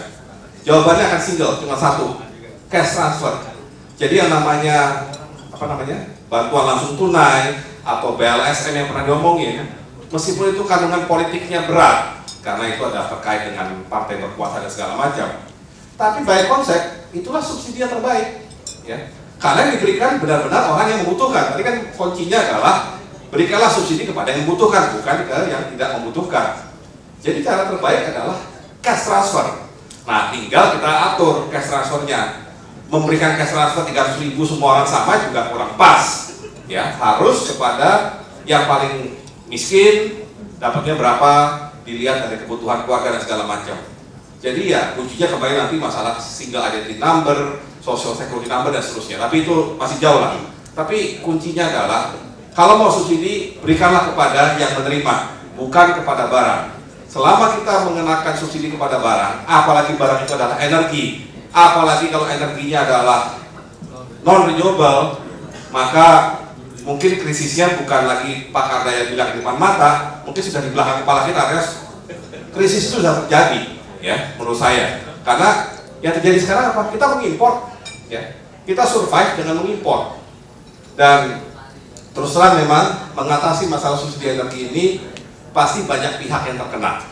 Pihak yang selama ini merasakan manfaat. Nah, tinggal Bapak Ibu di sini sebagai alumni UI atau siapapun yang concern masalah energi, marilah kita lihat siapa pihak yang selama ini diuntungkan dan siapa pihak yang dirugikan. Nah, terakhir, menurut saya angkutan umum ini kan subsidi ini paling, kalau listrik menurut saya masih ada solution karena ada tadi air, ada tenaga surya, ada panas bumi.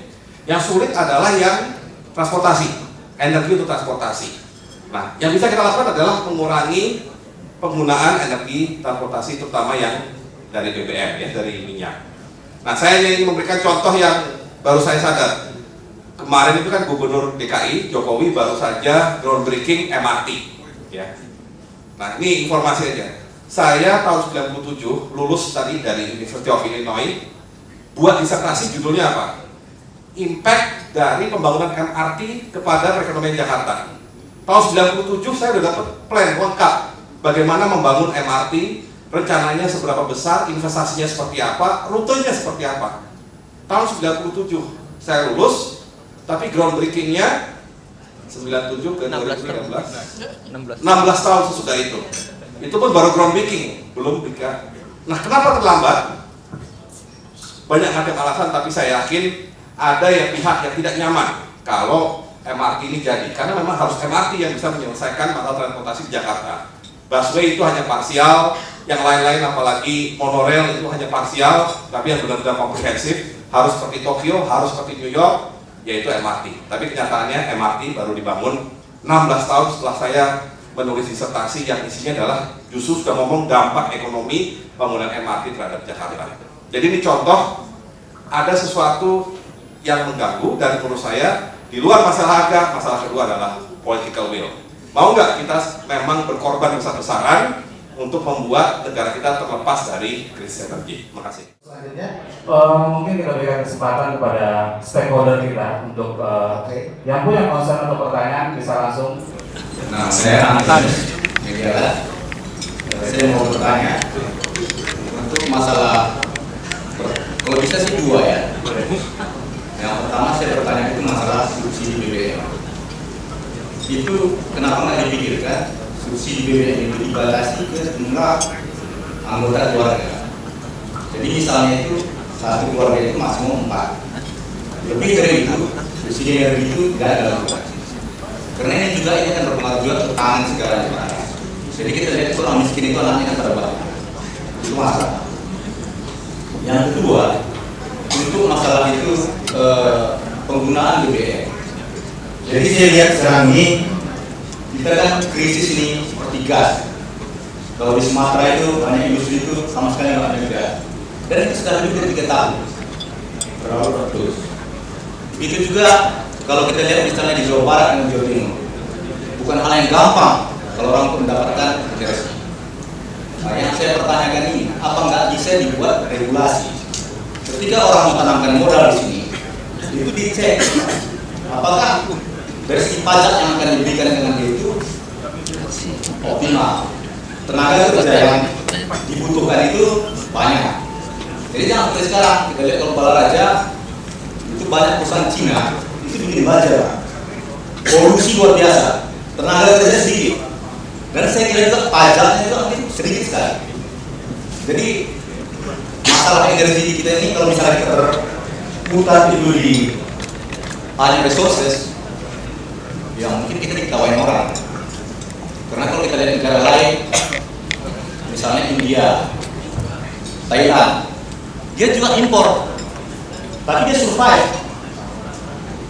Jadi kita nggak bisa bilang itu, seharusnya kita bilang kalau kebutuhan 850.000, kita cuma bilang Anda hanya boleh pakai itu 500.000, sisanya simpan, cari alternatif lain. Nah, ini saya kira leadership nggak ada, Pak. Saya Ismet, saya Elektro 95. Sekedar informasi kita dari UKK dan yang utama kita sudah membuat PLTA, Pak, membangkit listrik tenaga air sebagai sumber daya energi terbarukan sebesar 190 MW di Kota Poso. Apa yang ingin saya sampaikan di sini tadi seperti Pak Ardaya sampaikan, bahwa kami untuk bisa sampai kontrak untuk pembangunan ini sampai 1 tahun, Pak. 1 tahun untuk sampai kontrak berapa harga kita bisa jual ke PLN. Nah, kalau memang pemerintah ingin kayak tadi ya, serius ingin menggunakan energi yang tersiakan di Indonesia, itu seperti Pak Ardaya sampaikan gitu ya, insentif yang bisa di mana swasta bermain. Karena apabila tadi nunggu PLN punya duit dulu itu juga sayang gitu, karena swasta mungkin ada beberapa dana yang bisa digunakan juga untuk pengembangan energi terbarukan ini. Jadi kalau kita melihat dari pengalaman kami, pertama kayak tadi kontrak untuk untuk kontrak jualnya ini kita sampai 1 tahun, jadi cukup lama. Sehingga kami kemarin ini sempat sebelum ada kontrak ya udah kita kerjakan dulu aja. Proyeknya sendiri berapa tahun, Pak, pembangunan proyeknya? Ini karena kemarin itu kita di Poso itu memang daerahnya cukup lumayan complicated. Kita hampir lebih dari 4 tahun. Oke, total 5 tahun. Iya. Oke, terima kasih. Tapi kita tidak mengerjakan sebelum kontrak, jadi kita kerjakan dulu aja karena memang energi ini pasti akan dibutuhkan gitu ya sebagai sumber daya pembangunan kita. Baik, ini itu satu. Terus yang kedua, Pak, tadi boleh ada pertanyaan satu. Pak Bambang bilang kita lihat siapa yang diuntungkan di balik itu, Pak. Mungkin bisa lebih jelas aja gitu ya, dibuka siapa sih yang menguntungkan, jangan ditutup-tutup, kita jadi siapa nih oknumnya gitu ya. Kenapa energi terbarukan tidak pernah dikembangkan secara serius gitu ya. Misalnya, siapa yang dituntungkan? Satu lagi informasi bahwa kami siap memproduksi 195 MW per harinya. Tapi sampai saat ini kita digunakan hanya 50% ya, Pak. Itu sekitar 90 MW. Sebagai informasi saja, kalau memang serius ingin menggunakan, sampai saat ini tidak optimal produksi yang kita siapkan dengan yang digunakan. Mungkin itu sedikit. Baik, terima kasih Ismet Elektro 95. Kita mencari solusi ataupun fact finding, apa sih yang kenyataan apa dalam riset, ekonomi, kemudian distribusi, consumption dan lain-lain. Makanya saya tidak akan meminta atau memaksakan Pak Bambang untuk membuka itu. Baiklah, mungkin ada tanggapan dari Pak Ardaya. Yang pertama mengenai pemanfaatan gas, harus dilihat dulu bagaimana manfaatnya bagi negara, bagi pajak dan lain sebagainya. Saya kira itu merupakan salah satu terobosan pemikiran, dan mestinya harus semua usulan harus dievaluasi begitu. Saya ingin menambahkan mengenai transportasi ya, khususnya terkait dengan gas. transportasi atau pemakaian gas untuk transportasi, saya dulu pernah ikut studi hampir 10 tahun di OPEC. Ini dengan beliau sebagai nasional representatif ikut studi mengenai pemanfaatan gas, pemanfaatan gas OPEC. Konklusinya dari OPEC bahwa gas itu kalau mau dimanfaatkan untuk transportasi, jangan berharap ke transportasi private. Jangan berharap ke transportasi private.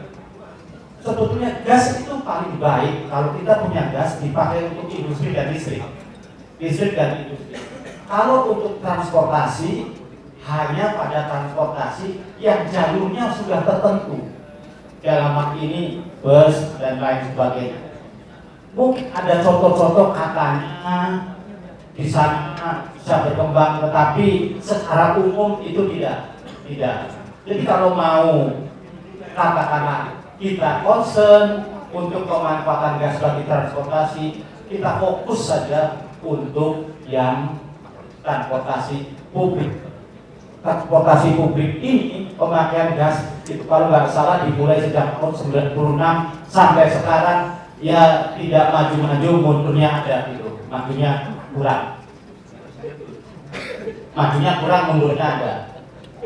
Padahal hanya membutuhkan 10 mm. Gas yang masuk ke Jawa itu ribuan mm, hanya butuh 10 mm. Di Jakarta saja belum terlaksanakan. Jadi kita harus betul yang namanya terobosan dan fokus itu harus benar-benar dijaga gitu. Saya kira itu yang bisa saya tambahkan. Terima kasih.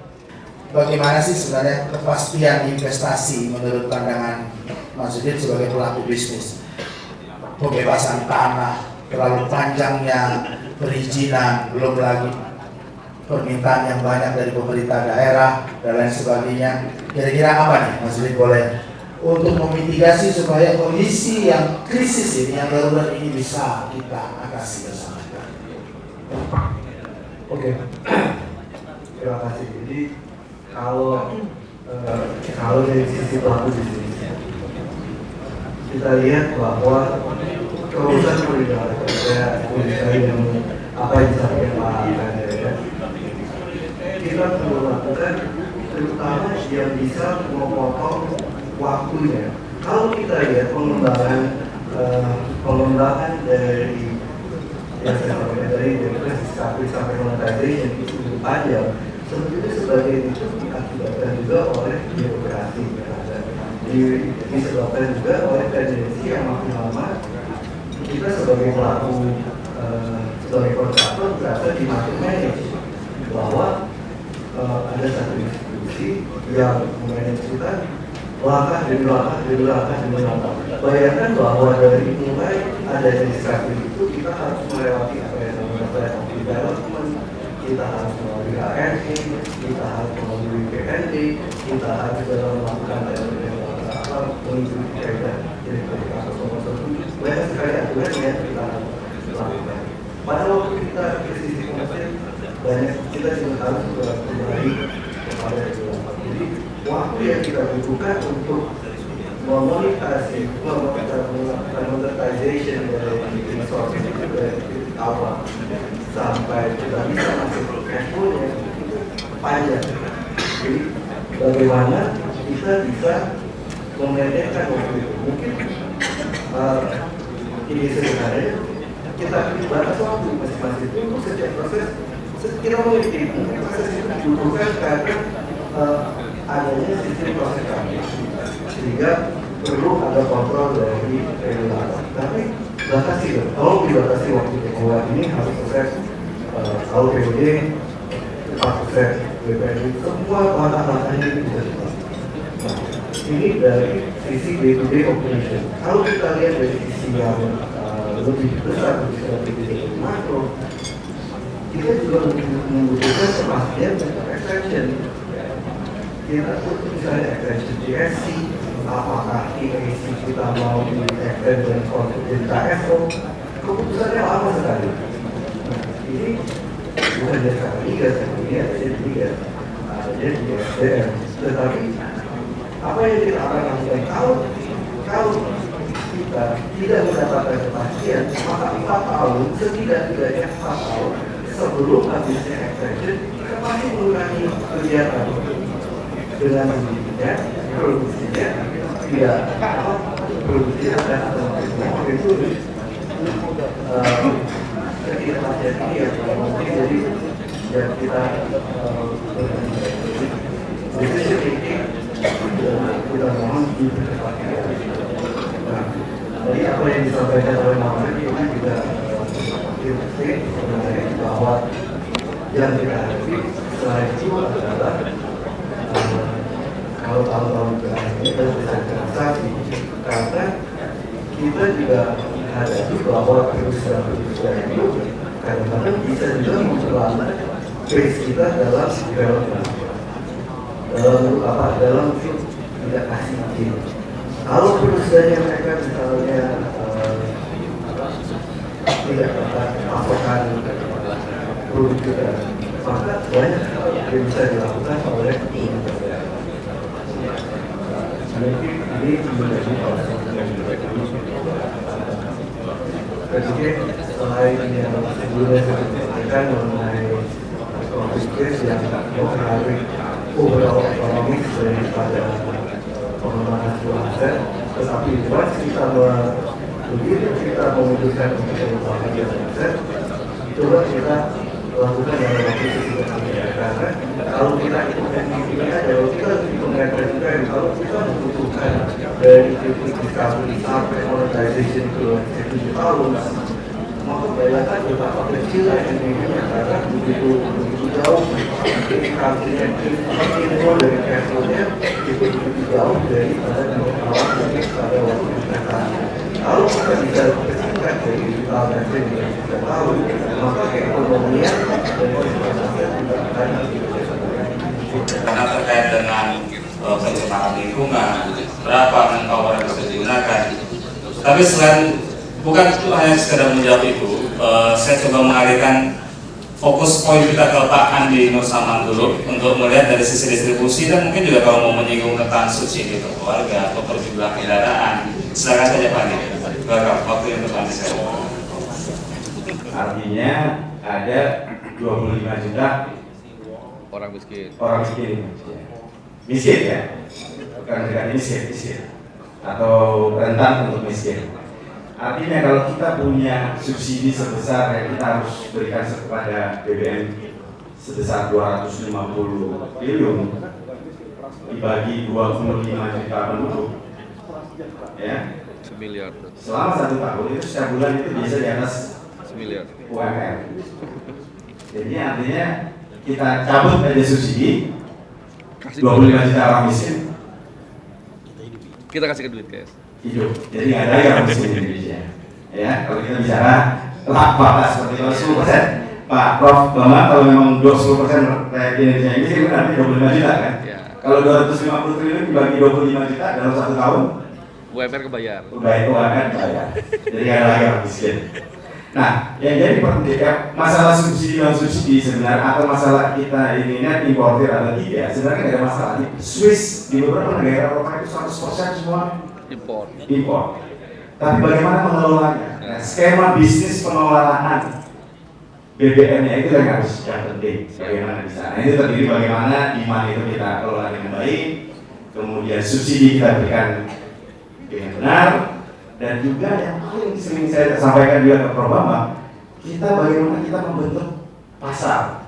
Nah, kita sebenarnya pemerintah itu sudah memiliki roadmap untuk pada tahun 2014 kalau tidak salah itu sudah clean dengan subsidi. Ya Pak Kadaya ya, kalau tidak salah Pak Kadaya masih sebagai di Denbias. Tahun 2014 itu sudah nggak ada subsidi, makanya total sel masuk ke Indonesia dan Petronas. Nah, market ini harus kita bentuk, ya. Kemudian mengenai managing national demand, kita tidak pernah berpikir kalau di negara manapun, kalau kita bicara energy security, kita bicara yang namanya cadangan strategic petroleum reserve, kita bicara strategic fuel reserve dan operational reserve. Di Indonesia itu tidak mengenal itu. Di Indonesia itu banyu hanya satu yang namanya operational reserve. Itu pun dimiliki oleh Pertamina selama dari 18 sampai 23 hari. Bayangkan kalau Jepang itu 6 bulan. Kita nggak usah bicara strategic fuel reserve, kita bicara strategic petroleum reserve. Kita bicara aja strategic fuel reserve atau disebut kalau di dalam undang-undang energi itu adalah cadangan penyangga. Sebenarnya mudah, itu berkaitan dengan bagaimana memanaging demand. Kita pindahkan aja. Orang mau investasi, mau nanam membangun storage farm atau tank farm di Singapura, kita tarik aja ke Indonesia. Sekarang sudah ada FOPEC, ada oil tanking. Cuma permasalahannya FOPEC, oil tanking yang ada di Indonesia. Kalau kita mau pakai oilnya, kita harus ngambil dulu dari Singapura. Dikirim dulu ke Singapura, balik lagi. Nah ini mungkin berkaitan dengan undang-undang kepabeanan Pak Prof. Nah itu yang pertama. Kemudian kaitannya dengan kita ini mau sebagai market leader, market buyer, atau occasional seller. Oke, kita sebagai net importer. Tapi kita bisa Singapura sebagai market leader dia konsumsinya dibandingkan dengan dia membangun refinery-nya Shell itu pun 600.000 barrel per hari paling besar. Konsumsinya mungkin sebagian. Kemudian cadangannya dia dari para pemain yang menyimpan minyaknya di Singapura cukup besar, akhirnya dia menjadi market leader, padahal dia tanpa memiliki negara yang tanpa memiliki sumber daya alam yang cukup baik. Atau kita pilih, kita refinery-nya sedikit, cadangan nggak ada karena cuma cadangannya operasional, artinya kita jadi market buyer bukan market leader.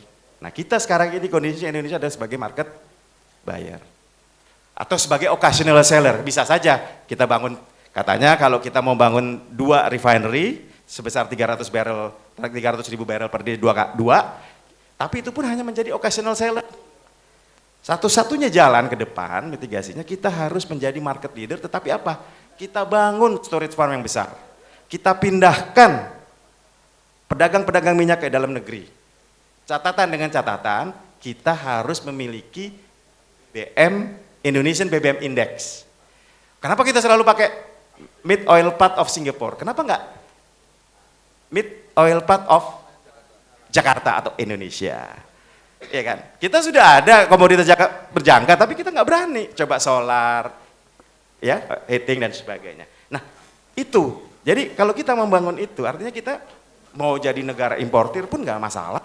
Tetapi kita bagaimana memanage market, bagaimana memanage subsidi, dan bagaimana memanage demand.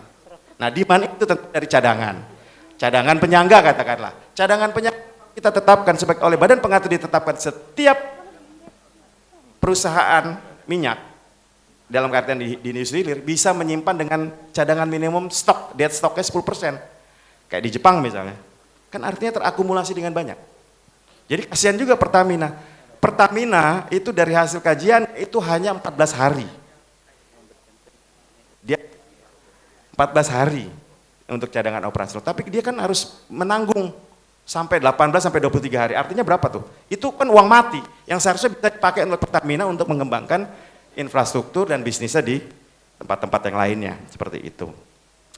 Jadi intinya adalah kalau kaitannya dengan demand penting, yang paling penting adalah bagaimana kita, itu yang penting adalah pertama tadi yang bagaimana mengelola demand, mengelola subsidinya, bagaimana mengelola pasarnya.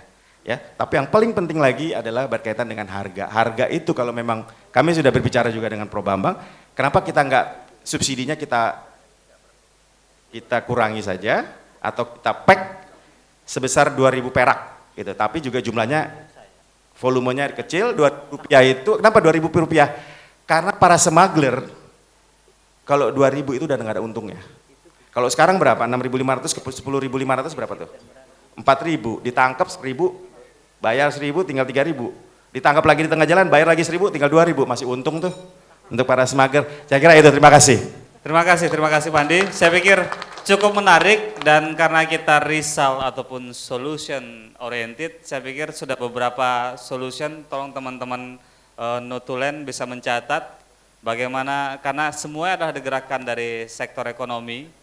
Selaku mantan Kepala Badan Kebijakan Fiskal, Pak Bambang, Prof. Bambang sudah mengutarakan beberapa poin terkait subsidi.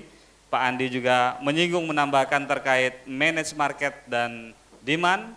Pak Kardaya juga sudah menyampaikan tentang we are in crisis sekarang. Kemudian juga Pak Didit menyampaikan tantangan selaku investor, bagaimana pace-nya, kecepatannya dalam mengeksploitasi atau mengeksplorasi cadangan-cadangan yang ada yang kalau dihitung dari pengalaman terlalu lambat. Sehingga bagaimana Bang Moren? Langkah kita selanjutnya apa ini kira-kira? Terlalu banyak bahan yang dibahas. Terlalu Berarti, banyak ya? Tapi hari ini kan memang acara kita adalah membahas secara global ya, dulu. Justru itu, berarti ada PR tahun depan. Tahun depan atau bulan depan? Setiap satu dari solusi-solusi yang diberikan harus dibahas tiap bulan. Jadi tugas panitia adalah menyediakan 12 bulan dengan 12 topik, dengan tempat yang berbeda, yang lebih bagus menu lagi, yang berbeda, yang lebih baik lagi. Yang lebih baik lagi. Kalau Anda setuju, para stakeholder dan shareholders, kita akan programkan ke sana. Tahun depan kita bikin acara bulanan Forum Energizing Indonesia dengan kerjasama dengan salah satu TV nasional. Berikut adalah beberapa poin yang kita hasilkan dari diskusi kita malam ini, yaitu sebagian berupa informasi, mudah-mudahan sebagian bisa berupa tindak lanjut. Ini hasil kerja teman-teman mahasiswa dan juga Pak Adi dan Pak Iva yang ada di round table, yaitu sebagai informasi bahwa produksi migas semakin menurun karena tantangan cadangan juga semakin menurun. Kemudian ada informasi yang menarik bahwa sebenarnya demand yang terhadap energi yang tinggi itu menandakan bahwa perekonomian kita, pertumbuhan ekonomi di Indonesia juga cukup tinggi. Terbukti Indonesia termasuk tiga besar negara dengan tingkat pertumbuhan ekonomi yang tinggi selain India dan China.